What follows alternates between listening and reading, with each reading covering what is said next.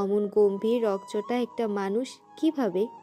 আলিফা এসব ভাবনায় এতটাই ব্যস্ত ছিল যে ওর পাশে ডেস্কগুলো আছে সেগুলোর একটার সাথে জোরে বাড়ি খায় মেয়েটা। আর্তনাদ করে ওঠে আলিফা, টাল সামলাতে না পেরে পড়ে যেতে নাই, কিন্তু তার আগে একজোড়া হাত ওর কোমর চেপে ধরে নিজের সাথে মিশিয়ে নেয়।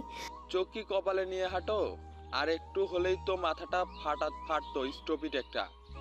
আচমকা থমকে কেঁপে ওঠে আলিফা, দ্রুত চোখ মেলে তাকিয়ে দেখে ওর সম্মুখে ইফতি দাঁড়ানো। ইফতি মেডিসিন কিনে নিয়ে এদিকেই আসছিল। আলিফাকে পড়ে যেতে দেখে দ্রুত ধরে ফেলল। এদিকে আলিফার চোখে অশ্রু টলমল করছে, বেশ ভালোই ব্যথা পেয়েছে। ইফতি ওই চোখের দিকে তাকিয়ে আর বেশি কিছু বলল না আলিফাকে। আশেপাশে তাকালো ইফতি। এখন লাঞ্চ টাইম, এই টাইমে সবাই ক্যান্টিনে গিয়েছে খেতে। ইফতি ঝট করে আলিফাকে কোলে তুলে ফেলে। ভয় পেয়ে যায় আলিফা, ঘাবড়ানো কণ্ঠে বলে, কি করছেন স্যার? নামান আমাকে, আমি ঠিক আছি। ইফতির আগে চোখে তাকালো আলিফার দিকে, দাঁতে দাঁত চেপে বলে, আমি কি জিজ্ঞেস করেছি তুমি ঠিক আছো কিনা? আর একটা কথা বললে এখনই ছুঁড়ে মারবো একদম। একটু আগে যেটা হওয়া থেকে বাঁচিয়েছি, এখন আমি নিজেই সেটা করে দেখাবো। আলিফা ভয় পেয়ে গেল। পরে মুখটা ফুলিয়ে ফেলল। এভাবে বলল কেন লোকটা? সে তো ভালোর জন্যই বলেছিল। এভাবে যদি ওদেরকেও দেখে ফেলে তাহলে পুরো অফিস এটা নিয়ে কানাঘুষা হবে। ইফতি আলিফাকে নিয়ে নিজের অফিস রুমে চলে আসলো। আলিফাকে চেয়ারে বসিয়ে তারপর ফার্স্ট এড বক্স এনে আলিফার ব্যথা স্থানে মলম লাগিয়ে দিল। আলিফা এক ধ্যানে ইফতিকে দেখছে। আস্তে আস্তে ওর সেই দৃষ্টিতে মুগ্ধতা এসে ভর করলো। মলম লাগানো শেষে ইফতি উঠে দাঁড়ালো। আলিফাকে এভাবে নিজের দিকে তাকিয়ে থাকতে দেখে হাসলো ইফতি। পরে নিজের মুখটা ঝুঁকিয়ে আলিফার বরাবর আনলো। আচমকা এমন করায় আলিফা চমকে উঠল। ইফতি দুষ্টু হেসে ভ্রু নাচিয়ে বলে, কি এভাবে তাকিয়েছিলে কেন? মনে হচ্ছিল চোখ দিয়ে গিলে খাবে আমায়। এটা কিন্তু মোটেও ঠিক না মিস আলিফা। আমি খুব ইনোসেন্ট একটা ছেলে। আলিফা হা হয়ে গেল ইফতির কথায়। রাগে ওর নাকের পাঠা ফুলে ফেপে উঠতে লাগলো। ইফতি ওর নাকে আচমকা টোকা দিয়ে বলল, এভাবে নাক খোলাবে না, বোঝা না কারো বোঝা হয়ে যাবে। এরপর সোজা হয়ে দাঁড়ালো ইফতি, বলল, এখানেই থাকো, আমি ভাইকে মেডিসিনটা দিয়ে আসি। ইফতি চলে গেল। এদিকে আলিফা কিছু সময় নিশ্চুপ হয়ে বসে রইল। পরে নিজের নাকে হাত দিয়ে হেসে ফেলল আলিফা। অদ্ভুত একটা অনুভূতি হচ্ছে ওর মাঝে। আড়াল থেকে ইফতি এই দৃশ্য দেখলো। ওর ঠোঁটের কোণেও মৃদু হাসির রেখা দেখা দিল। সরে এলো ইফতি। এই তো এইভাবেই একটু একটু করে মেয়েটার মনের মাঝে জায়গা করে নেবে সে। ইফতি মেডিসিন দিয়ে গিয়েছে। মেডিসিনটা জায়গা মতো রেখে জায়ান আবারও আরাবির কাছে আসলো। তারপর আরাবির গায়ের উপর থেকে কম্বলগুলো সরিয়ে ফেললো। তারপর খুব সাবধানে আরাবিকে সোফার সাথে হেলান দিয়ে বসালো। তারপর নিজে সোফায় বসে আরাবিকে খুব যত্নে নিজের বক্ষস্থলে এনে জড়িয়ে নিল। এরপর কম্বলগুলো মেলে দিল মেয়েটার শরীর জুড়ে। আরাবিকে বুকে নিতে যেন ভেতরের যন্ত্রণাটা কমে গেল এক নিমিষে। ভালো লাগায় ভালোবাসায় ভরে গেল হৃদয়। এত শান্তি কেন লাগছে? এখন তো মনে হচ্ছে বড্ড ভুল করে ফেলেছে মেয়েটাকে বুকিয়ে নিয়ে। এখন তোর বড্ড লোভ বেড়ে গেল মেয়েটাকে এখন প্রতিনিয়ত বুকের মাঝে আঁকড়ে ধরার জন্য। শক্ত করে ঠিক বুকের মধ্যেখানটায় লুকিয়ে রাখতে ইচ্ছে করবে। এক মুহূর্তের জন্য কাজ ছাড়া করতে মন চাইবে না। উফ, পাগল হয়ে যাচ্ছে এই মেয়েটার প্রেমে পড়েই। জায়ান আরাবির চুলের ভাঁজে পরম ভালোবাসায় ওষ্ঠ ছুঁয়ে দিল। আরাবির চুল থেকে অদ্ভুত সুন্দর একটা ঘ্রাণ আসছে। জায়ান গভীর নিঃশ্বাস টেনে নিল। ক্রমশ মাতাল হয়ে যাচ্ছে জায়ান এই ঘ্রাণে। জায়ান চোখ বন্ধ করে বিড়বিড় করল, তুমি আমার ভালোবাসা, আমার প্রিয়তমা, আমার একান্ত ব্যক্তিগত আদুরে একটা শুভ্র স্নিগ্ধ কাঠগোলাপ। আর আমার এই অতি যত্নে রাখা কাঠগোলাপকে কেউ কষ্ট দিতে চেয়েছে, আমি তাকে কিভাবে ছেড়ে দেই? ছাড়বো না তাকে। আমার কলিজায় হাত দিয়েছে সে। আমার হৃদয়ে অতি যত্নে রাখা মেয়েটার গায়ে আমি একটা সামান্য আঁচড় সহ্য করতে পারি না। সেখানে ও আমার কাঠগোলাপকে এতটা কষ্ট দিয়েছে, এর শাস্তি তো ওকে পেতে হবে। ভয়ঙ্কর শাস্তি পাবে সে। ওর বুকের পাঠায় কত সাহস, সেটা আমি জায়ান সাখওয়াত নিজের হাতে ওর বুক চিরে তারপর দেখব। আমার কাঠগোলাপ যতটা কষ্ট যন্ত্রণায় ছটফট করছে, তার থেকেও দ্বিগুণ কষ্ট পেতে হবে ওকে।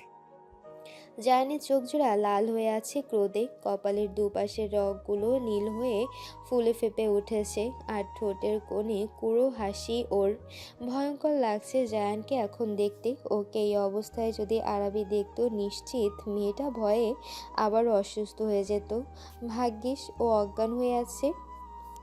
শরীরের উপর ভারী কিছুর অনুভব হচ্ছে।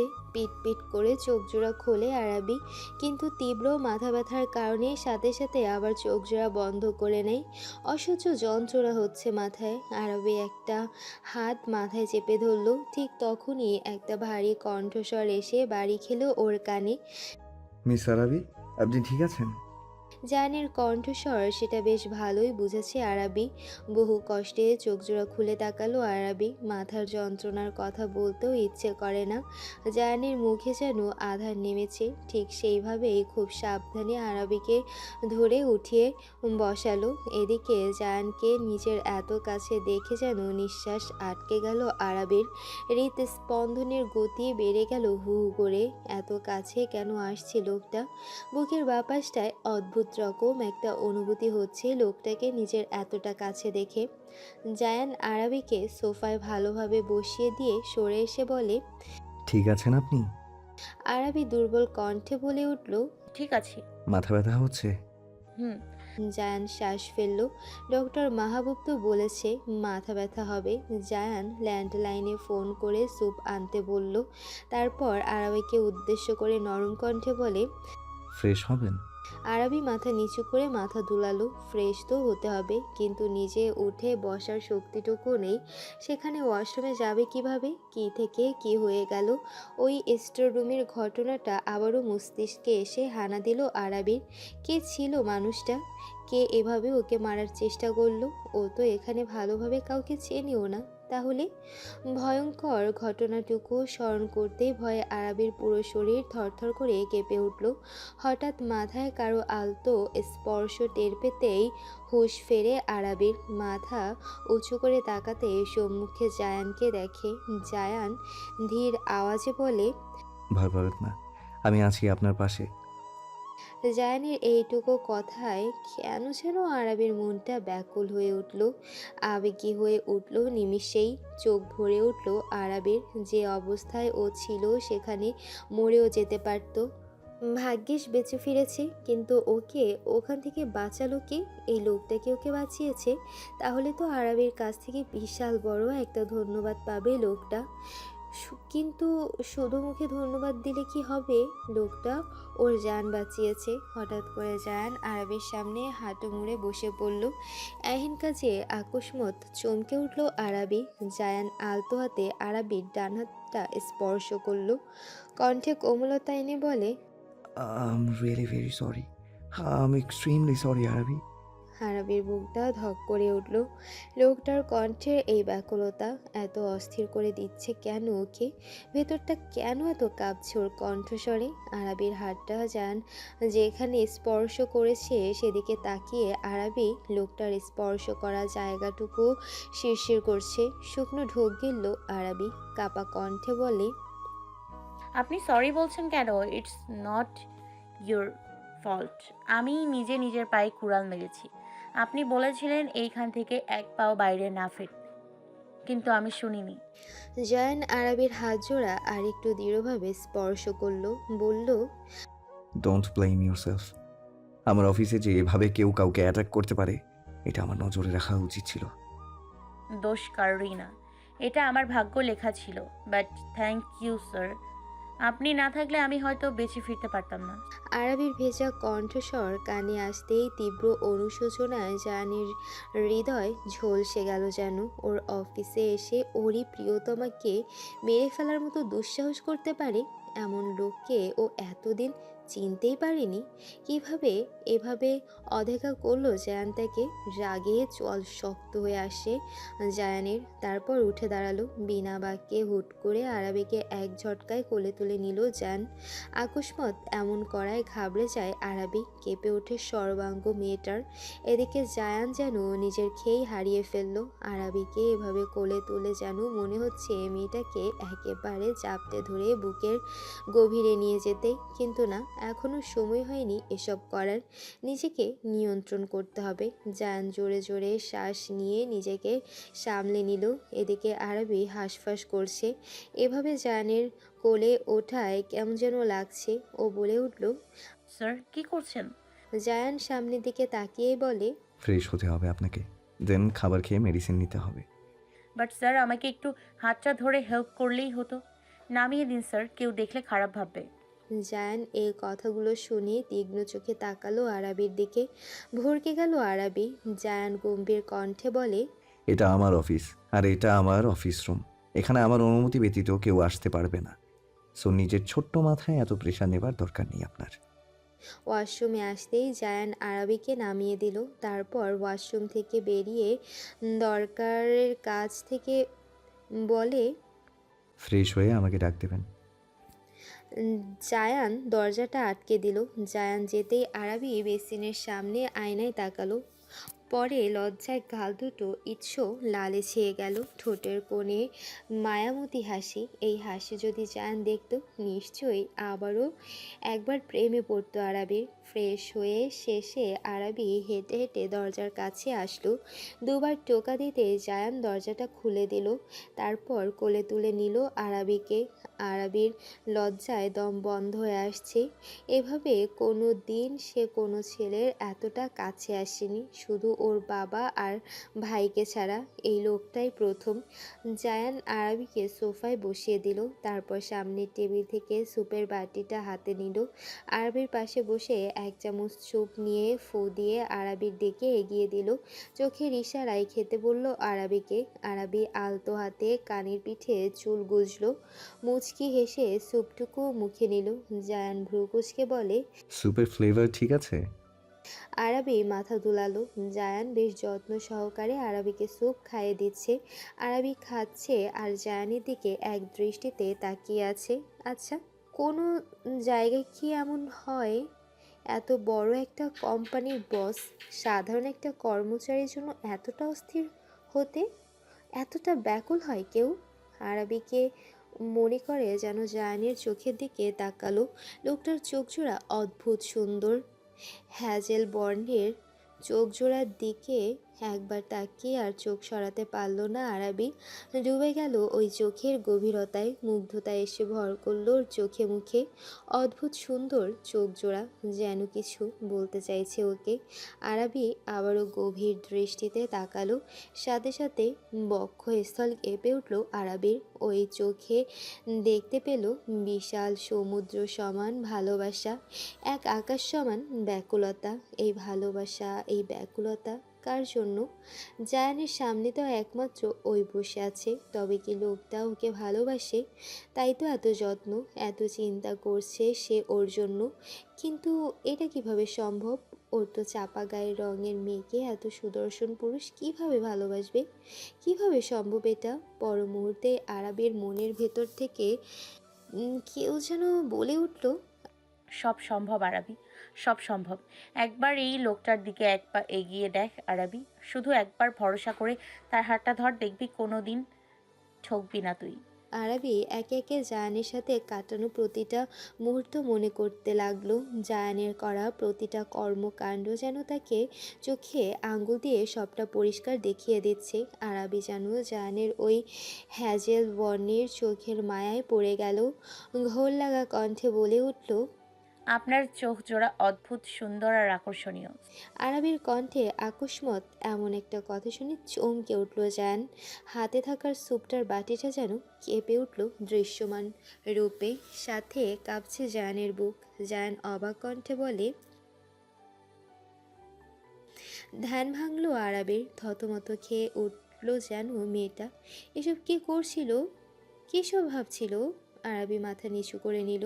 নিজের এসব ফাউল চিন্তাভাবনায় নিজেকে গালাগাল করতে লাগলো। কিভাবে তার মন এতটা হাই এক্সপেকটেশন করতে পারলো? নিজের বিবেক বুদ্ধি কোথায় খুয়ে ফেলেছিল?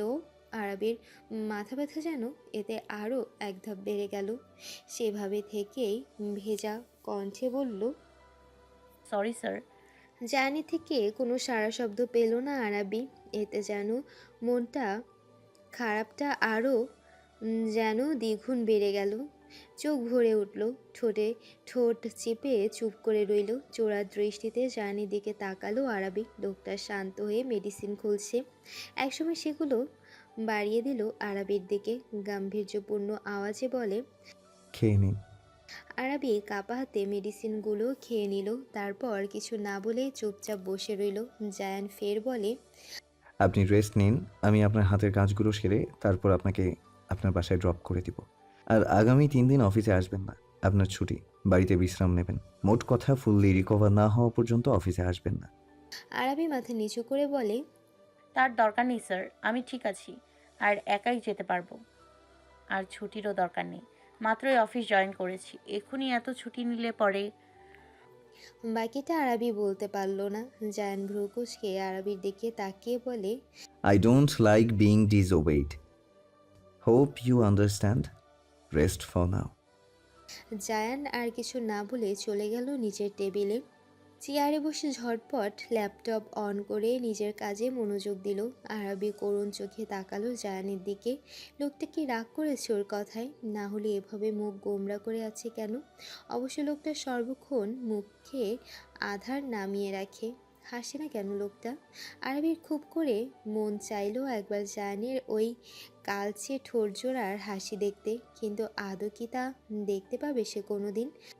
জায়ানকে নিয়ে নানা রকম চিন্তা ভাবনা করতে করতে আরাবির সেখানেই চোখ লেগে আসলো। সোফার সাথে হেলান দিয়ে বসে মেয়েটা ঘুমিয়ে গেল। যা জায়ান আর চোখে সবটা খেয়াল করেছে। আস্তে আস্তে আরাবির কাছে আসলো, খুব সাবধানে আরাবিকে সোফায় শুয়ে দিল, একটা কম্বল মেলে দিল আরাবির গায়ে। জায়ান গিয়ে আবারও কাজে লেগে পড়ল। কিছু গুরুত্বপূর্ণ ফাইল দেখা বাকি, কিন্তু কাজ করবে কিভাবে সে? নজর যে বারবার তার কাঠগোলাপের দিকে চলে যাচ্ছে। জায়ান মুচকি হেসে নিজের কাজে মনোযোগ দিল। ইস, এই হাসিটাই তো আরাবি দেখতে চেয়েছিল। পুরো রাত 8টা বাজে জায়ানের কাজ শেষ হলো। ততক্ষণে অফিসের সবাই চলে গিয়েছে। নিহান সাহেব আর ইফতি এসেছিল ওর কাছে। জায়ান জানিয়ে দিয়েছে তাদের হাতের কাজ শেষ করে আর আরাবিকে তার বাসায় নামিয়ে দিয়ে তবেই সে বাড়ি ফিরবে। চেয়ারে হেলান দিয়ে বসলো জায়ান। গলার টাইটা অনেক আগেই খুলে ফেলেছে সে। শার্টের উপরে দুটো বোতাম খোলা। গরমে ঘেমে নেমে গিয়েছে ছেলেটা। যেই ছেলে এক মুহূর্তের জন্য এসি ছাড়া থাকতে পারে না, আর আজ সে গোটা একটা দিন এসিহীন কাটিয়ে দিল। ভালোবাসা মানুষকে দিয়ে কি কি করিয়ে ফেলে। আরাবির দিকে তাকিয়ে হাসলো জায়ান, তারপর নিঃশব্দে হেঁটে এসে দাঁড়ালো আরাবির সামনে। মেয়েটা ঘুমাচ্ছে, ওকে না জাগানোই ভালো হবে। এখন তো অফিসে কেউ নেই, কেউ দেখবে না। জায়ান আরাবির গা থেকে কম্বলটা সরিয়ে নিল আলগোছে। নিজের গায়ের কোটটা আরাবির গায়ে দিয়ে দিল, তারপর খুব সাবধানে আরাবিকে পাজাগুলা তুলে নিল। আরাবির মাথাটা ঠিক জায়ানের বুকের বাঁ পাশটা এসে ঠেকলো। জায়ানের হৃদস্পন্দন বেড়ে গেল, অনুভূতিতে তলিয়ে গেল হৃদয়। খুব সাবধানে আরাবিকে কোলে গাড়ির সামনে আসলো জায়ান। ধীরে আওয়াজে দারোয়ানকে ডাকলো, বলল, গাড়ির দরজাটা খুলে দিন চাচা। দারোয়ান তার পান খাওয়া দাঁত দেখিয়ে হাসলেন। গাড়ির দরজা খুলে দিতে দিতে তিনি বলেন, স্যার, আপামনি কি আমগো স্যারের বেগম হইব নাকি? জায়ান দারোয়ানের কথায় বাঁকা হাসলো। দারোয়ান যা বোঝার বুঝে ফেললো এতে। জায়ান আরাবিকে সিটে শুয়ে দিয়ে নিজের ড্রাইভিংয়ে বসলো। গাড়ি স্টার্ট দিয়ে খুব ধীরভাবে চালাচ্ছে যাতে আরাবির ঘুম না ভাঙে। আর আরেকটা কারণ হলো, এভাবে গেলে সে আরেকটু সময় পাবে আরাবিকে দেখার। পুরোটা রাস্তা ঘুমন্ত আরাবিকে দেখে দেখে খুব সাবধানে পার করলো। আরাবিদের বাড়ির সামনে আসলো। এখন আর কি করার, মেয়েটাকে এবার জাগাতেই হবে, কোনো উপায় নেই। অলরেডি ওর বাসা থেকে কল করেছে, সেটা ফোনের আওয়াজেই বুঝতে পারছে জায়ান। না, এইবার মেয়েটাকে ডাকা উচিত। জায়ান আলতো স্বরে ডাকলো। মিস আরাবি, আরাবি। 2-3 বার ডাকার পর আস্তে আস্তে তাকায় আরাবি। ঘুমের ঘোরে পুরো কাটতেই নিজেকে গাড়ির ভেতরে আবিষ্কার করে চমকে যায়। অবাক হয়ে বলে, আমি কোথায়? জায়ান দৃঢ় কণ্ঠে বলে, আপাতত আমার গাড়িতে, আর আপনার বাড়ির সামনে। এবার যেন আরও অবাক হলো আরাবি। সে কিভাবে বাড়ির সামনে এসে পড়ল আর ওর বাড়ির ঠিকানা জানলো কিভাবে? আরাবি প্রশ্ন করলো। আপনি আমাকে ডাকলেন না কেন স্যার? আর আপনি আমার বাড়ির ঠিকানা জানলেন কিভাবে? এমন একটা প্রশ্ন আরাবি করবে সেটা জানতো জায়ান, তাই একটু বিচলিত না হয়ে উত্তর দেয়। মিস আলিফা বলে দিয়েছে আমায়। অনায়াসে একটা মিথ্যা কথা বলল জায়ান, আর আরাবির সরল মন সেটাই বিশ্বাস করলো। আরাবি লম্বা শ্বাস ফেলে গাড়ি থেকে নেমে দাঁড়ালো, তারপর মাথাটা আলতো ঝুঁকিয়ে বলে। বাড়িতে আসুন স্যার, এক কাপ কফি অন্তত খেয়ে যাবেন। জায়ান বলল, সময় হলে এমনিতেও আসবো আমি, তখন আপনি চাইলেও মানা করতে পারবেন না। বুঝতে পারলো না আরাবি জায়ানের কথা। বলল, মানে বুঝলাম না স্যার। আপনার বোঝার বয়স হয়নি এখনো। বাড়ি যান, গিয়ে বিশ্রাম নেবেন। আর হ্যাঁ, খাবার খাবেন ঠিক মতো, and don't forget to take your medicine on time. আরাবি মাথা দুলালো, মিহি স্বরে বলে, আপনাকে অসংখ্য ধন্যবাদ স্যার, আমার জন্য এত কষ্ট করার জন্য। আপনার এই উপকার আমি কোনোদিন ভুলব না। আরাবি গাড়ির দরজা আটকে চলে যেতে নেবে, কিন্তু জায়ান তাকে আবার ডাকে। আরাবি থমকে যায়। জায়ান গাড়িটা এগিয়ে আরেকটু আরাবির সামনে আসে, তারপর অদ্ভুত স্বরে বলে ওঠে, Miss Arabi, the moon is beautiful, isn't it? Arabi জায়ানের এমন প্রশ্নে বোকা বোকা চোখে তাকালো, তারপর চাঁদ দেখার জন্য আকাশের দিকে তাকালো। ততক্ষণে জায়ান দেখে আরাবির বাড়ির গেট পেরিয়ে কেউ আসছে। জায়ান আরাবির বোকা শোকা কাণ্ডে মুচকি হাসলো, তারপর গাড়ি স্টার্ট দিয়ে নিজ গন্তব্যে রওনা দিল। জায়ানের গাড়ির আওয়াজে হুঁশ ফিরল আরাবির। তাকিয়ে দেখে জায়ান চলে গিয়েছে অলরেডি। ও ফের আকাশের দিকে তাকায়। আশ্চর্য, লোকটা কি বলে গেল এটা? আকাশে তো কোনো চাঁদই নেই, মেঘে ঢাকা আকাশ, তাহলে এই উল্টাপাল্টা কথার মানে কি? ততক্ষণে ফাহিম এসে দাঁড়িয়েছে আরাবির কাছে। বোনের দেরি দেখে কতগুলো ফোন করেছিল সে, একটাও ধরেনি আরাবি।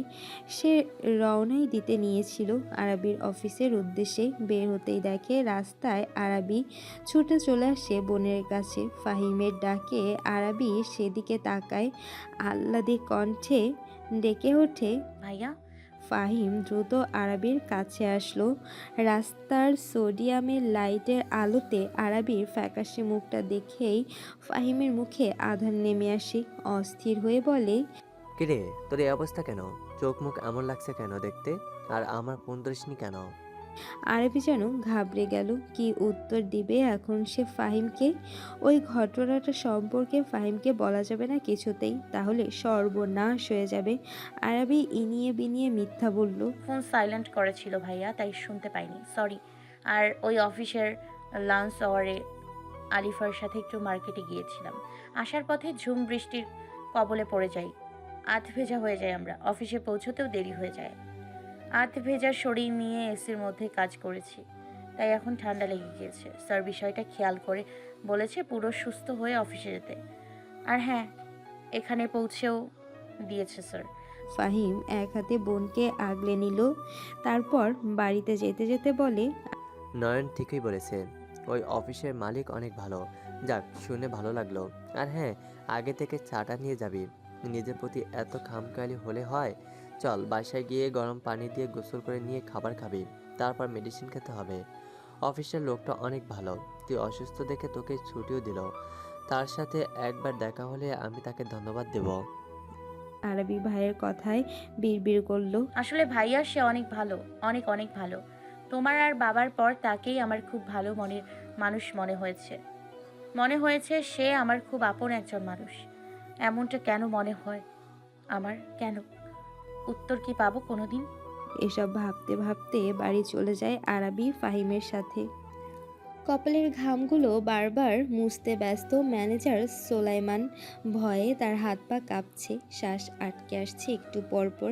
চাকরি হারাবার ভয় আর টাকার লোভে একটা মারাত্মক অপরাধ বোধ করে ফেলেছে সে, কিন্তু এখন ভয় যেন তার শ্বাস নেওয়া কষ্টের হয়ে গিয়েছে। অফিসে পুরোটা টাইম সাফওয়ান, জায়ান, সাখাওয়াত যেভাবে ওর দিকে তাকাচ্ছিল, তাতে উনি নিশ্চিত ওই পাষাণ হৃদয়ের মানুষটা জেনে গিয়েছে আরাবির ওই অবস্থার জন্য সে দায়ী। তাই তো অমন সিংহের নজর ওর দিকে তাকাচ্ছিল। সুযোগ সময় পেলে এই বুঝি তার হিংস্র থাবা দিয়ে বসলো ওর উপরে। ওর নিরেট চোয়াল ধয় যেন বারবার জানান দিচ্ছিল ঠিক কতটা রাগ পুষে রেখেছে সে। একবার যদি তার রাগের শিকার হয় তাহলে সে নিস্তার নেই। মোটর সাইকেল চালানো অবস্থায় এসব ভাবছেন সোলাইমান। যত তাড়াতাড়ি সম্ভব তার বাড়ি পৌঁছাতে হবে এবং তল্পি তপলা নিয়ে ছাড়তে হবে এই দেশ। যেই টাকা সে সুহানা সাখাওয়াতের থেকে পেয়েছে তা দিয়ে অনায়াসে সে বিদেশ পাড়ি দিতে পারবে। কিন্তু আফসোস, এই শহর ছেড়ে দূরে কোথাও আত্মগোপন করতে হবে। ভাবনায় ব্যস্ত সোলাইমান হঠাৎ চোখে তীব্র লাইটের আলো পড়ায় বেসামাল হয়ে পড়লেন। কোনো রকম ব্রেক কষলেন তিনি। আর একটু হলেই তো রাস্তার উপরে পড়তেন তিনি। যাক, বেঁচে গেলেন একটুর জন্য। পরক্ষণে রাগে কিরমির করে উঠল। এভাবে কে মানুষের চোখের উপর লাইট মারে? সোলাইমান মোটর সাইকেল থেকে নেমে দাঁড়ালেন। কটমট করে বিশ্রী ভাষায় কয়েকটা গালি ছুড়লেন ওই অজ্ঞাত ব্যক্তির উদ্দেশ্যে। তারপর বলল, ওই জানোয়ারের বাচ্চা, কে তুই? সামনে আয়। আজ তোর যদি একটা এনেস্তা আমি না করেছি তো আমার নামও সোলাইমান না। সোলাইমানের দৃষ্টি ঝাপসা। অতিরিক্ত ভয় আর চিন্তায় সে ক্লাবে গিয়ে বেশ ভালোই নেশা করেছে। তাই তো এত দেরি হয়ে গিয়েছে। রাত বোধহয় 1:30 বাজে। নির্জন রাস্তা, মানুষ নেই বললেই চলে। শুধু ক্ষণে ক্ষণে দু একটা গাড়ি যেতে দেখা যায়। সোলাইমান আবারও গালাগালি করলেন কিছুক্ষণ। তারপর ঢুকতে ঢুকতে মোটরসাইকেলের কাছে যাওয়ার জন্য পা বাড়াবেন এমন সময় আকস্মাৎ জোরালো স্পিডে একটা বাইক এসে সাঁ করে সুলাইমানের সামনে দিয়ে চলে যায়। ঠিক তার কিছুক্ষণ পরেই রাস্তায় আছড়ে পড়েন সুলাইমান। তার গলার মাঝ বরাবর ছুরির লম্বা আঘাত, যেখান থেকে গল গল করে রক্ত বের হচ্ছে। সুলাইমান কতক্ষণ হাত পা ছোড়াছুড়ি ছুঁড়ে দাপ পালেন। তারপর নিজের শেষ নিঃশ্বাস ত্যাগ করলেন। তার নিথর দেহটা পড়ে রইল ওই নির্জন রাস্তায়। সকাল 8টা। চা খেতে খেতে খবরের কাগজ পড়ছে মিহান সাহেব। তিনি অসুস্থ মানুষ, কাজটাম করতে পারেন না। তার একটা পায়ে সমস্যা, আবার তার ফুসফুসেও সমস্যা। তাই তো কোনো কাজ করলে ক্লান্ত হয়ে পড়েন। ভাইয়ের এই অসুবিধা দেখে নিহান সাহেব তাকে কাজ করতে বারণ করে দিয়েছেন। টাকা পয়সা আল্লাহর রহমতে অনেক আছে তাদের। তার এই অসুস্থ ভাইকে দিয়ে কাজ করাবেন এতটা পাষাণ তিনি নন। কোম্পানিটা বহু কষ্টে তিনি একা দাঁড় করালেও বেইমানি করেননি তিনি। কাগজপত্র তৈরি করে রেখেছেন। সেখানেই লেখা তিনি যখন মারা যাবেন এরপর জায়ান আর ইফতি কোম্পানির 50-50% মানে সমানভাবে ভাগ পাবে তারা। আর নূর পাবে তার জুতোর ফ্যাক্টরিটা। কোনো কিছুতেই কোনো কমতি রাখেননি তিনি। মিহান সাহেব জল চোখে খবরের কাগজে নিজের বড় ভাই আর তার দুই পাশে তার দুটো ছেলে, একটা জায়ান আর আরেকটা ইফতিকে দেখছেন। জায়ান তো তারই ছেলে, তাই না? এইভাবে পরের পৃষ্ঠা উল্টালেন। ভালোভাবে খবরের কাগজ এমন কিছু দেখলেন যা দেখে তার হাত থেকে চায়ের কাপ পড়ে গেল। চিৎকার করে উঠলেন তিনি। আকস্মাৎ তার এমন চিৎকারে ছুটে আসলেন সবাই। আজ শুক্রবার বিধায় সবাই আজ বাড়িতেই আছেন। জায়ান আসলো সবার শেষে। মিহান সাহেবের অমন বিধ্বস্ত মুখশ্রী দেখে শান্ত চোখে শিথিল কণ্ঠে জিজ্ঞেস করলো, কি হয়েছে চাচু? মিহান আতঙ্কিত নয়নে জায়ানের দিকে তাকালেন। কাপা স্বরে বললেন, ম্যানেজার সোলাইমান গত রাতে খুন হয়েছেন। সুহানা সাখাওয়াতের যেন শ্বাস আটকে গেল। এমন একটা ঘটনার কথা শুনি চেঁচিয়ে উঠলেন তিনি। কি বলছো তুমি মিহান ভাই? হ্যাঁ ভাবি, আমি ঠিক বলছি, আপনি নিজেই দেখে নিন। খবরের কাগজটা সুহানা সাখাওয়াতের হাতে দিয়ে দিলেন। সুহানা সাখাওয়াত নিউজটা পড়ে আতঙ্কে স্থির হয়ে গেলেন। ভয়ে বুকটা ধড়াস করে উঠল। জায়ানের মুখের ভাব কোনো রকম পরিবর্তন দেখা গেল না। ও বেশ শান্ত স্বরে বলল, রিল্যাক্স চাচু, তুমি অসুস্থ, এতটা হাইপার হবে না। মিলি বেগম স্বামীকে এক গ্লাস পানি পান করালেন। পানি পান করে মিহান সাহেব জোরে জোরে শ্বাস নিলেন। এইভাবে সুলাইমানকে কে মারবে? বোঝাই যাচ্ছে এটা মার্ডার কেস। ওর গলায় ছুরি চালানো হয়েছে। এদিকে নিহান সাহেব বললেন। জায়ান গম্ভীর কণ্ঠে বলল, সেটা আমাদের না ভাবলেও চলবে। মেইন টপিক হচ্ছে সোলাইমান যেহেতু আমাদের কোম্পানিতে জব করতেন, এখন পুলিশ আমাদের বাড়িতেও আসবেন জিজ্ঞাসাবাদ করতে। Just don't be panic. Question ask করা হলে সিম্পলি তার আনসার দেবে। একটু থেমে আবার বলল, এখন যাও, যে যার কাজে যাও। আর এই বিষয়ে কেউ বাড়তি চিন্তা করবে না। I will handle this matter. জায়ানের কথাটা সবাই যেন একটু ভরসা পেল। যে যার কাজে চলে গেলেন। সুহানা সাখাওয়াত হন্তদন্ত হয়ে নিজের ঘরে আসলেন। দ্রুত হাতে শামীম থেকে ফোন লাগালেন। 3 বারের সময় ফোন রিসিভ হলে তিনি অস্থির কণ্ঠে বলে ওঠে, হ্যালো শামীম ভাই, বিশাল বড় একটা কাণ্ড ঘটে গিয়েছে ভাই। শামীম শেখ যেন বিরক্ত হলেন সুহানার এভাবে কথা বলায়। তিনি নাক মুখ কুঁচকে বললেন, কি হয়েছে বিষয়টা আমাকে খুলে বলো সোহানা। সোলাইমানকে কারা যেন মেরে ফেলেছে। হোয়াট? চেঁচিয়ে উঠলেন শামীম শেখ। হ্যাঁ, আমার ভয় করছে।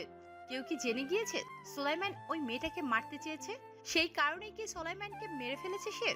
তাহলে তো ভাই সে এটাও জেনে গিয়েছে এর পেছনে আসল মাস্টারমাইন্ড আমি, কারণ তাকে এটা করার কথা তো আমিই বলেছিলাম।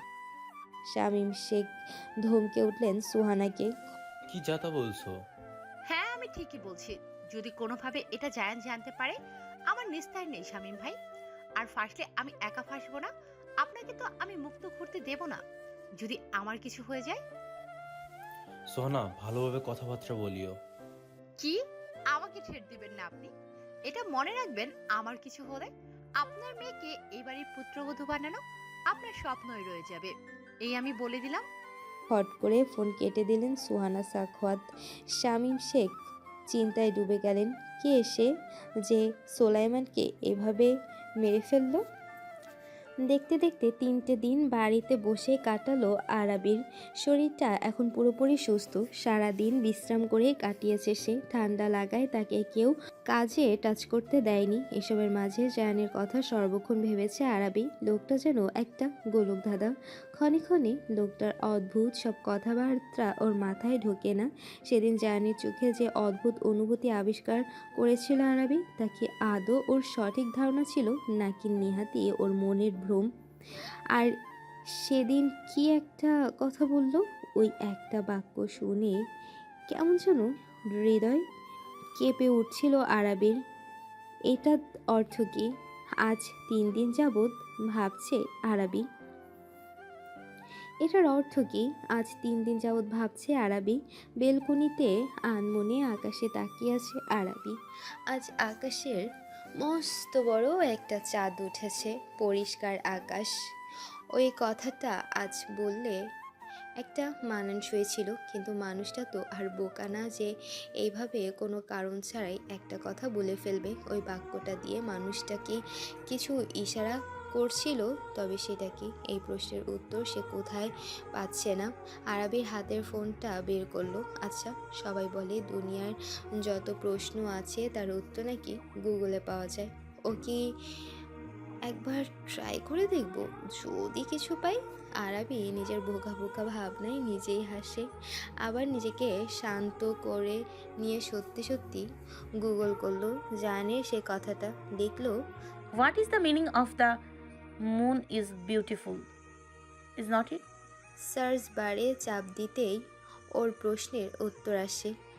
সেখানে লেখা, the moon is beautiful is not it, is more this way of saying I love you in Japanese language, and the most popular response it I can die happy, which is a way of saying I love you too. এটা পড়তেই ঠাস করে আরাবির হাত থেকে ফোনটা পড়ে গেল। স্তব্ধ হয়ে দাঁড়িয়ে আছে আরাবি। চোখ দুটো বৃহদাকার ধারণ করেছে মেয়েটার। থরথর করে কাঁপছে শরীর। হার্টবিট এতটাই জোরালো হচ্ছে যে সেই শব্দ আরাবি শুনতে পাচ্ছে। মস্তিষ্ক ফাঁকা ফাঁকা লাগছে। তাহলে কি সেদিন লোকটা ওকে ইনডাইরেক্টলি ভালোবাসি বলেছে? কিন্তু এটা কিভাবে সম্ভব? কোথায় সে আর কোথায় জায়ান সাখাওয়াত? এইটা হবার নয়, কোনো দিন হবে না। এটা ভালোবাসা হতেই পারে না। ওর মতো একজন মেয়েকে কেউ ভালোবাসতে পারে না। লোকটা ওর মোহে পড়েছে, যা আজ বাদে কাল চলে যাবে। না আরাবি, তোকে শক্ত হতে হবে, বোঝাতে হবে মানুষটাকে যে এটা ঠিক না, এটা সম্ভব না কোনো দিন। কিন্তু সে যদি না মানে, তবে তবে কি করবে আরাবি? কিছুক্ষণ নীরবে ভাবলো আরাবি, এরপরে সিদ্ধান্ত নিল এই চাকরি সে ছেড়ে দেবে, করবে না সেই চাকরি। আরবি, তুমি এসব বলছো? যা করছো ভেবেচিন্তে করছো তো? আলিফা যেন বিশ্বাসই হচ্ছে না আরবি চাকরিটা ছেড়ে দেওয়ার সিদ্ধান্ত নিয়েছে। আরবি মনে হেসে বলে, চাকরিটা ছাড়া আমার কোনো ইচ্ছে ছিল না আলিফা আপু, কিন্তু পরিস্থিতি এমন এক পর্যায়ে এসে দাঁড়িয়েছে যে আমি কোনোভাবেই চাকরি করতে পারবো না। কি এমন কারণ আরবি? আরবি আলিফার প্রশ্নের জবাব দিল না। বিনিময়ে হাসি উপহার দিলেও আরবি তাকে। তার রিজাইন লেটার লেখাও শেষ। আরবি উঠে দাঁড়ালো। আলিফা মুখ ভার করে বলে, আরবি, আর একবার ভেবে দেখো প্লিজ। আমার ভাবা শেষ আপু। দীর্ঘশ্বাস ফেলল আলিফা। করুণ গলায় বলল, তুমি চলে যাবে, তোমার কাছে একটা আবদার করবো, রাখবে? কি আপু? আমি কিন্তু তোমার থেকে বড় না অত। নয়ন ভাইয়ের থেকে যা জেনেছি, তুমি আর আমি সমবয়সী। তাহলে এই এত ফর্মালিটি রাখবে না প্লিজ? আমরা বন্ধু হতে পারি না? মুচকি হাসলো আরবি। বলল, আমরা তো বন্ধুই। মুখ ফুলিয়ে আলিফা বলে, কিসের বন্ধু? বন্ধুকে কেউ তুমি আবার আপু বলে ডাকে? হেসে উঠল আরবি আলিফার বাচ্চামো কথায়। তারপর বলে, আচ্ছা, এখন থেকে নো তুমি আর আপু, অনলি তুই, ঠিক আছে? হাসি ফুটে উঠল আলিফার ঠোঁটেও। এখন থেকে তুই।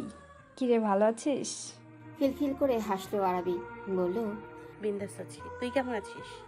আলিফার পরপর মন খারাপ করে বলে, আমি ভালো নেই। তুই চলে যাচ্ছিস যে? আরে ধুর, মন খারাপ করবে তুই করিস না। আমাদের যোগাযোগ আর দেখা সাক্ষাৎ তো হবেই। এখন আর মন খারাপ করে থাকিস না, আমি যাই, ঠিক আছে? আলিফা মাথা দুলালো। আরবি বড় একটা শ্বাস ফেলে জায়নের অফিস রুমের দিকে পা বাড়ালো। মুখ ভরে শ্বাস নিয়ে দরজায় টোকা দিল। May I come sir? Come. Arabi ভেতরে প্রবেশ করলো।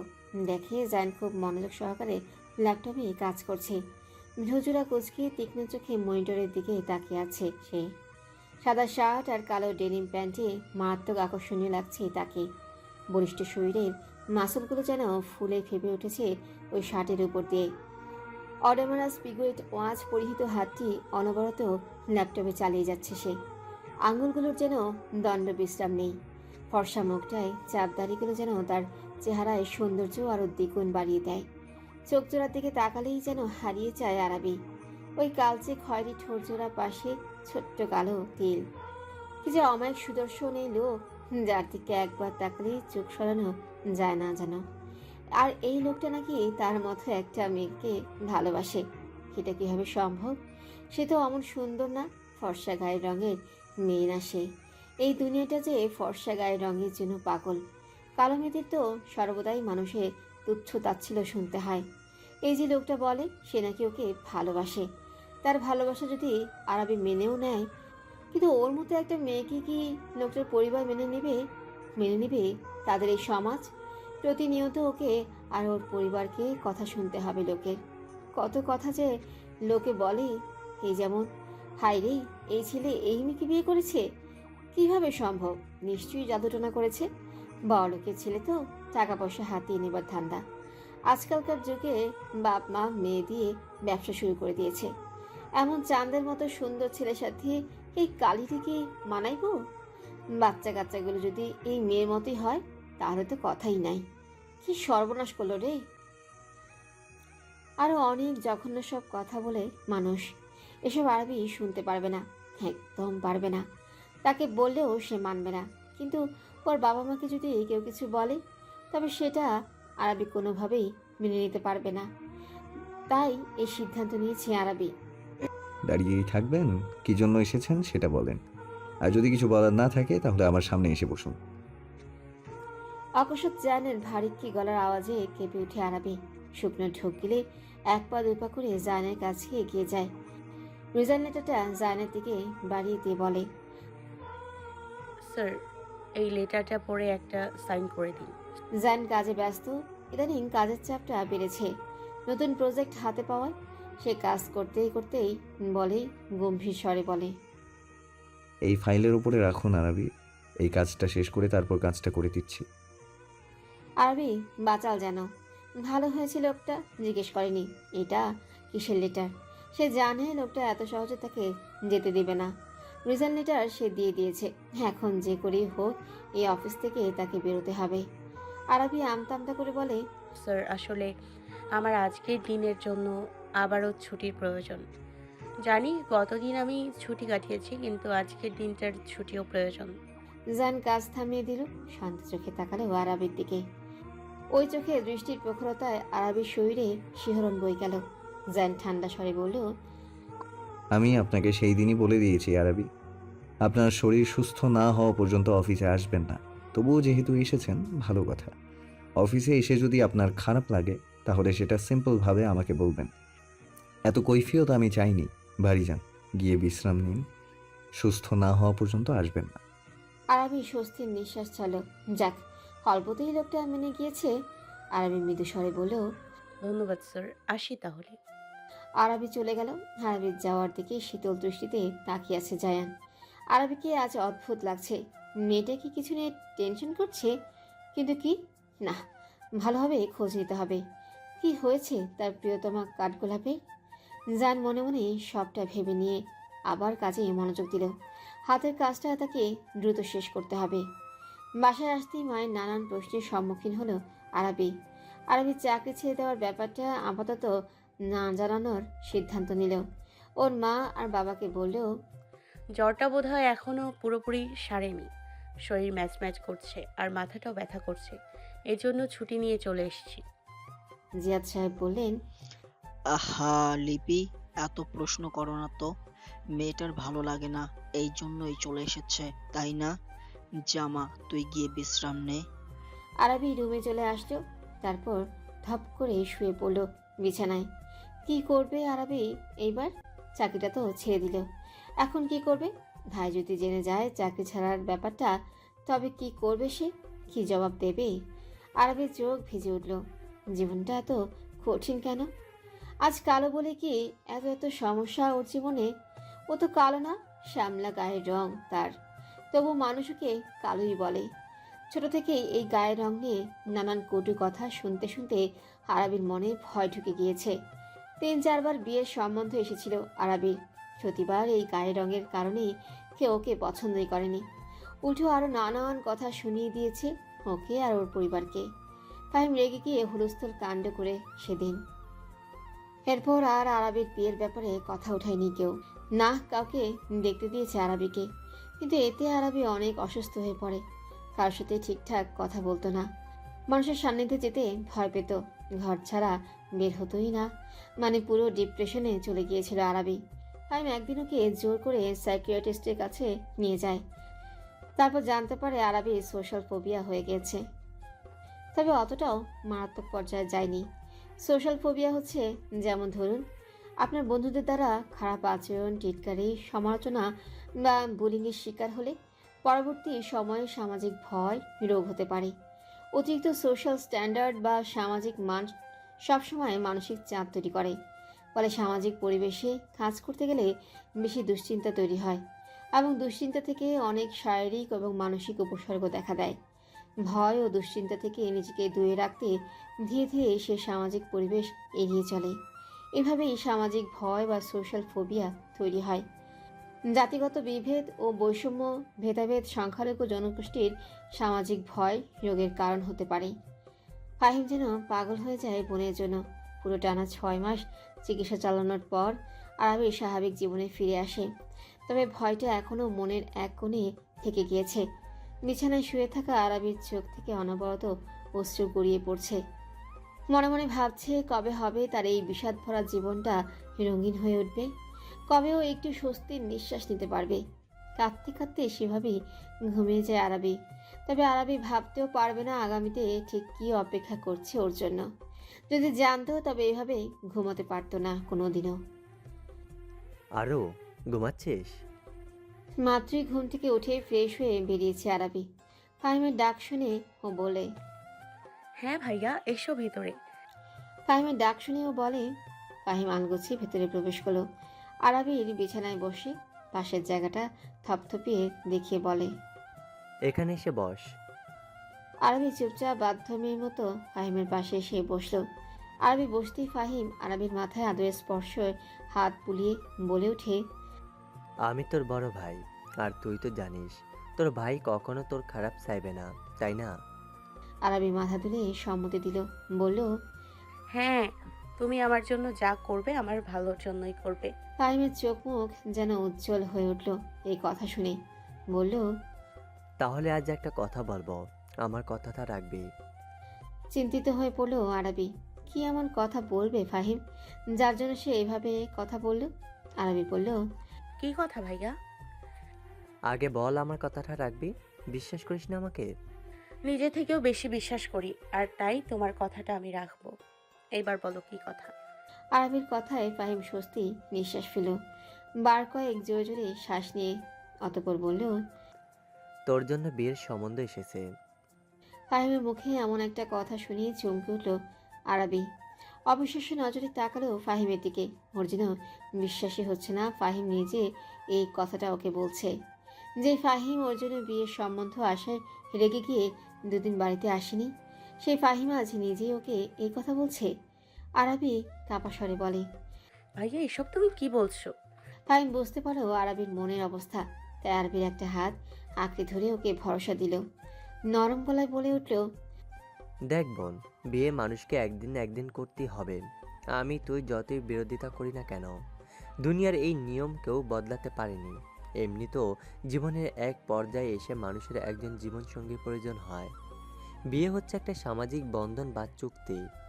মানুষ জীবনে চলতে গেলে অনেক কিছু শেয়ার করতে হয়, অনেক হেল্প লাগে।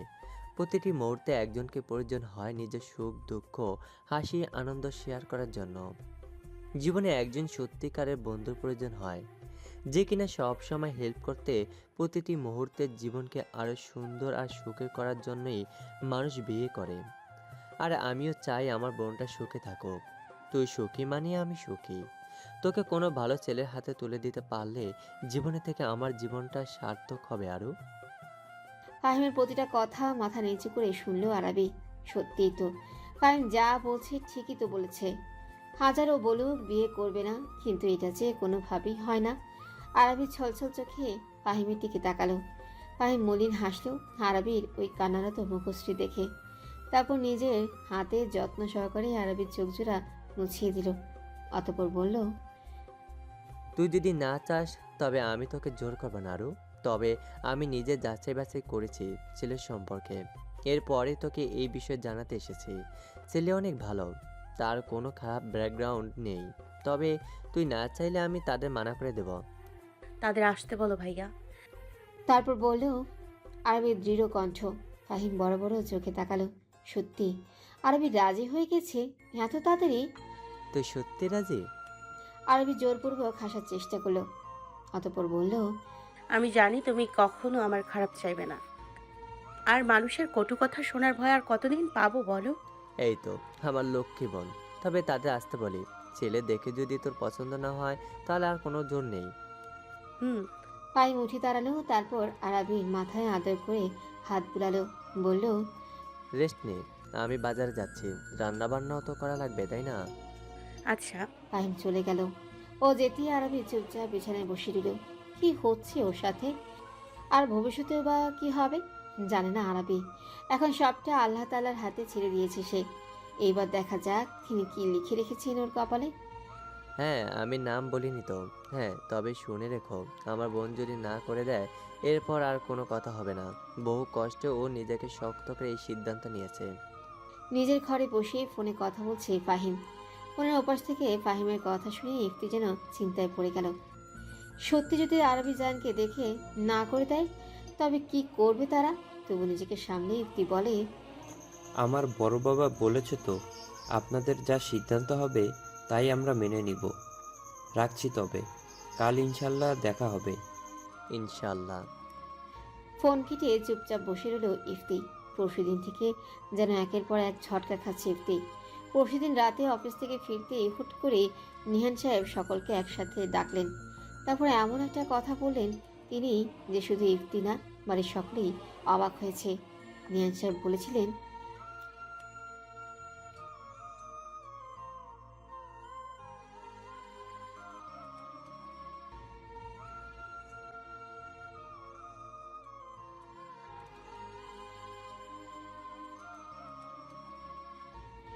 ইফতি যেন নিজের দোকানে শোনা ওই কথাগুলো কিছুতেই বিশ্বাস করতে পারছিল না। অবিশ্বাস্য নজরে জায়ানের দিকে তাকায় সে। দেখে তার ভাই নির্বিকার ভঙ্গিতে সোফায় বসেই কফি খাচ্ছে। যা বোঝার বুঝে গিয়েছিল ইফতি যে তার ভাই এই বিয়েতে মত আছে। না হলে বিয়ের কথা উঠতেই তো সে ছ্যাত করে ওঠে। এই পর্যায়ে ঠিক ছিল। তারপর নিহান সাহেব আরও জানান, জান যাকে ভালোবাসে সে আর কেউ না, আরাবি, ওর ভাইয়ের বিয়ে। অনেকক্ষণ সময় লাগে ইফতি নিজেকে সামলাতে। এরপর সে বেশ খুশি হয়। যাক, অবশেষে তার ভাই নিজের জীবনসঙ্গিনী খুঁজে পেয়েছে। এর পরের দিন তারা আরাবের পরিবারের সম্পর্কে পুরো তথ্য জোগাড় করে। সে অনুযায়ী শর্টকাটে ফাহিমের সাথে দেখা করার জন্য ওর যেখানে কর্মরত সেই কলেজে যায় তারা। সে জায়ান আর নিহান সাহেব যান। প্রথমে রাজি হচ্ছিল না ফাহিম, পরে জায়ান নিজেই কথা দেয় যে আরাবি যদি এই বিয়েতে একবার মানা করে দেয় ব্যাস আর কিছুই করবেন না তারা। পরে সেদিন রাতে ইফতি কল করে ফাহিমকে ও ফাহিমকে জানায় যে জায়ানরা আরাবিকে দেখতে আসবে, সেটা যেন তাকে না জানানো হয়, এটা যেন সিক্রেট রাখে ফাহিম আরাবির কাছ থেকে, কারণ এই সম্পর্কে জানলেই আরাবি প্রথমে মানা করে দেবে। তারা আরাবিকে তাদের পরিচয় না জানিয়ে আসবে।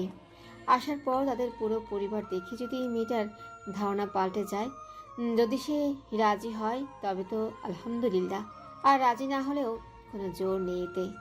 সাক্ষাৎ পরিবারের সকলে এই অমায়িক ব্যবহারে মুগ্ধ হয় ফাহিম। সত্যি মানুষগুলো অনেক ভালো।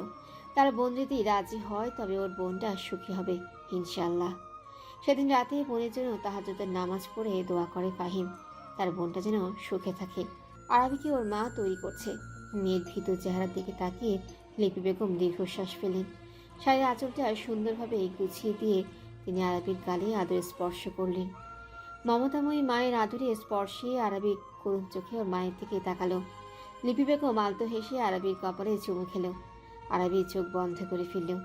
মায়ের আদরে এত সুখ সুখ লাগে কেন? কেন মনে হয় সামনে মানুষটা ওর পাশে থাকলে ও সব করতে পারবে? লিপি বেগম ধীর আওয়াজে বলে ওঠেন, আমি জানি তুই ভয় পাচ্ছিস কি পাচ্ছিস না। আরাবি উপনিজ মাথা দোলালো। লিপি বেগম মুচকে এসে বলেন, জানিস তোর বাবা আর আমার অ্যারেঞ্জ ম্যারেজ, কিন্তু আমাদের দেখলে কি তা মনে হয়? আরাবি বলল, একদমই না, তোমরা দুজন তো আমার কাছে ওয়ার্ল্ডের বেস্ট কাপল। লিপি বেগম হাসলেন মেয়ের কথায়। তারপর আরাবিকে ড্রেসিং টেবিলের সামনে বসিয়ে চিউনি হাতে নিয়ে ওর চুলগুলো আছড়ে দিতে দিতে বলে উঠলেন, তোর বাবা যখন আমার প্রথমবার দেখতে আসবে আমার অনেক ভয় করছিল, কারণ ওটাই আমার জীবনে প্রথমবার কোন পাত্রপক্ষের কাছে যাওয়া ছিল। আমি যে একেবারে ছোট ছিলাম তা কিন্তু না, আমি তখন অনার্স প্রথম বর্ষের ছাত্রী ছিলাম। এদের বিয়ে অনেক আগে হলেও তোর নানু ছিলেন অনেক ওপেন মাইন্ডের মানুষ। ভাগ্য করে শ্বশুর শাশুড়িও তেমনটা পেয়েছি। তারা তোর বাবাকে আর আমাকে আলাদা কথা বলতে দিয়েছিলেন। এই কি ভয় আমার। আমার এই অবস্থা দেখে তোর বাবা কি বলেছিল জানিস? বলেছিল আমার সামনে দাঁড়ানো এই ভীতু মেয়েটাকে সারা জীবন সামলে রাখার অনুমতি কি পেতে পারি জনাবা? তার একটা বাক্যে যে কি ছিল জানি না। আমার ভয় কোথায় চলে গিয়েছিল আমি নিজেও জানি না। ভয় কাটিয়ে সব লজ্জা শরম এক সাইডে ফেলে আমি সরাসরি তার চোখে তাকিয়েছিলাম। জানিস তোর বাবার চোখ দুটো খুব ভীষণ সুন্দর। সেদিন তোর বাবার চোখে দেখেছিলাম এক রাশ মুগ্ধতা। আমি অতটাও বোকা না, বুঝেছিলাম সে মুগ্ধ চোখে আমাকে দেখেছে। তোর বাবাকে তো দেখেছিস কতটা সুন্দর তিনি, আমি ছিলাম শ্যামলালা রঙের। সেই আমাকে তোর বাবা এইভাবে দেখেছিল, কত সুন্দর আমি, অথচ সৌন্দর্যের কাছে আমি কিছুই না। এখনো যদি আমি নিজের গায়ের রং নিয়ে একটু সোচ করি সে রেগে যায়, বলে এই গায়ের রঙের কারণে নাকি তিনি আমার প্রেমে পড়েছিলেন ও প্রথমবার দেখে। বলতে বলতে লিপি বেগমের গালজোড়া লাল হয়ে আসে।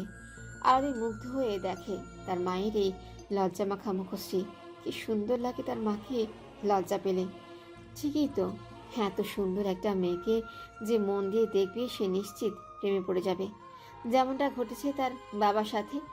লিপি বেগম আবার বলে উঠলেন, তুই হয়েছিস আমার মতন, চেহারা গঠন তো বাবার মতন হলেও গায়ের রংটা আমারই পেয়েছিস। হিম আমার চেহারা গঠন পেলেও গায়ের রংটা তোর বাবারই পেয়েছে। শ্যামলা, এটা নিয়ে মানুষ তোকে কটূক্তি করে, এ নিয়ে তুই ভয় পাস? কিন্তু একদিন এমন দিন আসবে যে তুই নিজে আল্লাহ তাআলার কাছে শুকরিয়া আদায় করবি যে তিনি তোকে এরকম বানিয়েছেন। তোর জীবনে এমন কেউ আসবে যে তোকে তোর মতন করে ভালোবাসবে, যেমন আমার জীবনে আল্লাহ তোর বাবাকে পাঠিয়েছেন। তাই বলছে এসব ভয়ভীতি সব এক সাইডে ফেলে দে। হিম বলেছে, ছেলে নাকি অনেক ভালো মা, সে নাকি তোকে আগেও দেখেছে, তোকে পছন্দ করে। লিপি বেগমের শেষের কথায় চমকে উঠল আরবি। ছেলেও কি আগে দেখেছে, কিন্তু কোথায় দেখলো? না, দেখতেই পারে পথে ঘাটে, এতে এত অবাক হওয়ার কিছু নেই। লিপি বেগম আরবের গলায় চেন পরিয়ে দিতে দিতে বললেন, ছেলে আর তার পরিবারের সকলের ব্যবহার অনেক ভালো। সে তোর বাবাকে জড়িয়ে ধরেছে ছেলের বাবায়। তোর সুন্দর ব্যবহার, এসে আমাদের সাথে এমনভাবে কথা বলছে যে আমাদের কত আপন তারা। ছেলে দেখতেও অনেক সুন্দর, আমার আরবি আম্মুর সাথে অনেক মানাবে। এই বিয়েতে রাজি হয়ে যা মা, তাদের মাঝে কোনো কিছু খারাপ দেখিনি আমি। এর সাথে তোকে আলাদাভাবে কথা বলতে দিব আমরা। ছেলের মাঝে খারাপ কিছু নজর না আসলে না করিস না। আর যদি দেখিস ছেলের ব্যবহার এমন কিছু তোর নজরে আসে যা তোর কাছে ভালো মনে হচ্ছে না, আমাদের কাছে সেটা জানাবি, আমরা এই সম্বন্ধই মানা করে দিব। লিপি বেগম আরবির গলায় চেন পরিয়ে দিতে দিতে বলেন, মাশাল্লাহ, এই যে কত সুন্দর লাগছে আমার মেয়েটাকে, ওর নজর না লাগুক। লিপি বেগম হাতে একটুখানি গাজর নিয়ে আরবির কানের পিছনে লাগিয়ে দিলেন। জিয়াদ সাহেবের আওয়াজ শোনা যাচ্ছে, তার কণ্ঠস্বরই বলে দিচ্ছে তার বাবা কতটা খুশি আজ। আরবি লম্বা শ্বাস ফেলল। ওর পরিবারের প্রতিটা মানুষ এই সম্বন্ধে অনেক খুশি। যেখানে তারা খুশি সেখানে তার দ্বিমত করে কি হবে? বাবা মা আর ভাইয়ের এই হাসি মুখটা দেখার জন্য আরবি সব করতে পারবে। এদিকে ফাহিম ডাকছে তাদের। লিপি বেগম আরবির মাথায় শাড়ির আঁচল দিয়ে ভালোভাবে ঘুমটা দিয়ে দিল। যতটা কদম ফেলছে আরবি, ওর হৃদস্পন্দন হু হু করে বেড়ে যাচ্ছে। আরবি চোখ বন্ধ করে নিজেকে শান্ত করার জন্য, হে কি, চোখ বন্ধ করতেই জাহানের ওই গম্ভীর নিরেট মুখটা ভেসে উঠল। দ্রুত চোখ খুলে ফেললো আরবি। লোকটাকে কেন দেখলো?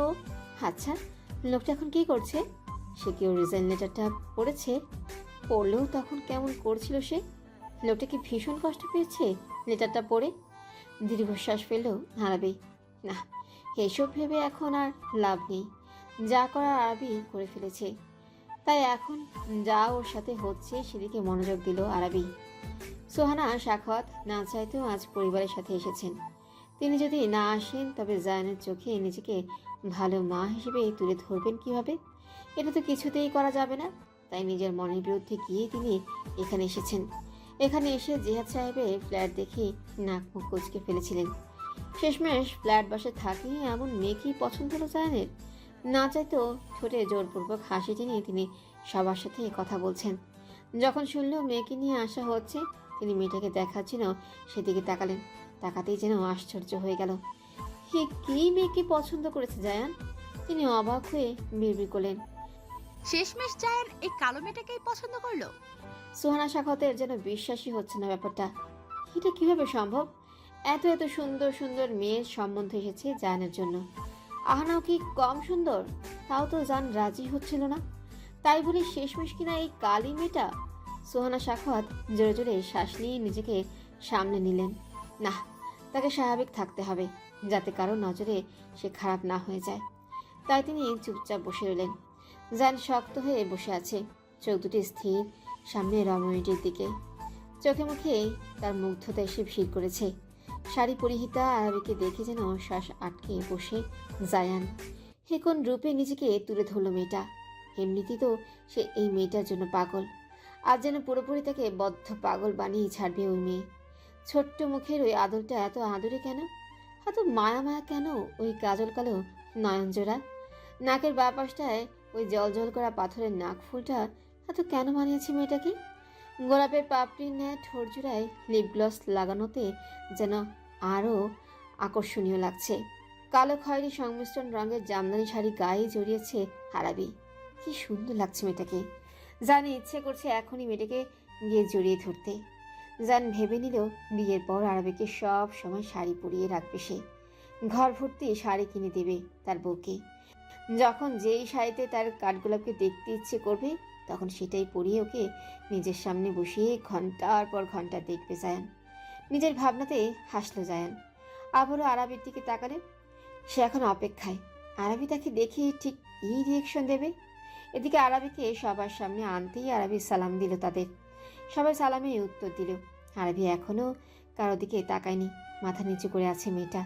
লিপি বেগম ট্রেতে করে চায়ের কাপ এনে আরাবির হাতে দিলেন, বললেন, যা মা, সবাইকে চা দে গিয়ে। আরাবি মাথা দুলালো। তারপর একে একে সবাইকে চা দিতে লাগলো। ইফতির সামনে এসে ট্রেটার ধরতেই হা হয়ে গেল আরাবি। ইফতিকে দেখে যেন বিশাল বড় একটা ঝটকা খেয়েছে মেয়েটা। ইফতি এখানে কি করছে? এদিকে ইফতি আরাবির রিয়াকশনে হাসছে। বেশ ভালোই ঝটকা খেয়েছে মেয়েটা। আরাবি চোখ বড় বড় করে ইফতির দিকে তাকিয়ে। ইফতি দুষ্ট এসে চোখের ইশারায় নিহান সাহেব আর পাশে তাকাতে বলল। আরাবি তাকালো সেদিকে। নিহান সাহেব হাসি মুখে তাকিয়ে আছে ওর দিকে। বিস্মিত আরাবি নিহান সাহেবের কাছে গিয়ে ওনাকে চা দিল। নিহান সাহেবের পাশে জায়ান বসে। আরাবির এবার তার কাছে গেল। জায়ানকে দেখে যেন মেয়েটা নিঃশ্বাস নিতে ভুলে গেল। শ্বাস গলায় আটকে দাঁড়িয়ে মেয়েটা। একের পর এক শুকনো ঢোক গিয়েছে। তারপর জায়ান আরেক কাণ্ড ঘটালো। আরবি হাতে ট্রে থেকে চা নিতে নিতে সবার আগোচরে আরবিকে চোখ মেরে দিল।